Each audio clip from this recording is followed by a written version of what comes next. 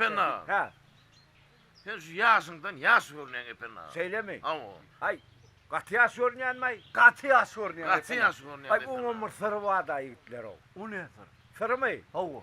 Aynı şu üyde külen var ha. Hiç vakit söğüşmürler. Ha. Be, Hava. nerede pevuşmeler? Öyle üyde var ha. Seni men edeceksin ha. Hava. Sonra söğüşmürlerle taşar çıkarmalı. Be. Efendim ağa.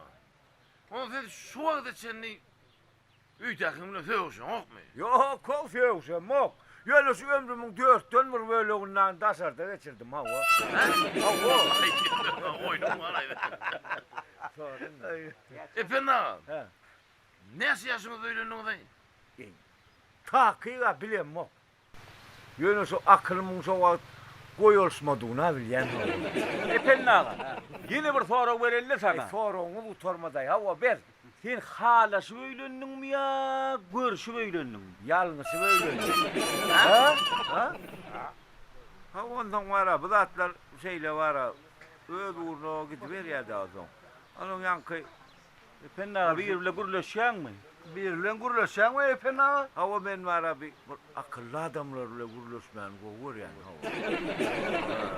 Efendim ağa. Hava. İlim ağır ya oğlum.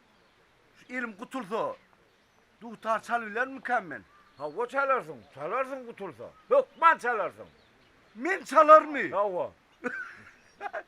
De. Ömrümde duhtar çal görmeyendim ay. Çalar mı kammen efendim ağa? Çalarsın diyeyim, çalarsın. Efendim ağa. Ha. Şu kızın sesi yakımlı mı ya? Duhtarın sesi yakımlı mı? Hava ya dipin sesi yakımlı mı? Şu anda var ha yiğitler. Ha? Hani yengen kadanın başına sakırda yara. Son su soğunun sesi yakımlı. Be, şeyle mi? Hava. Ola bize de yakımlı. Efendim ağa, ha oğlan. Böyle hava. Hem kolun sağırtı et ya. Hava. Ay parmasa kolum iyi köler efendim ağa. Hava. Hava. Yürü, Gidelim. Hava. Hani sağ Ha ol ol efendim efendim ağa. ağa. Ha bana.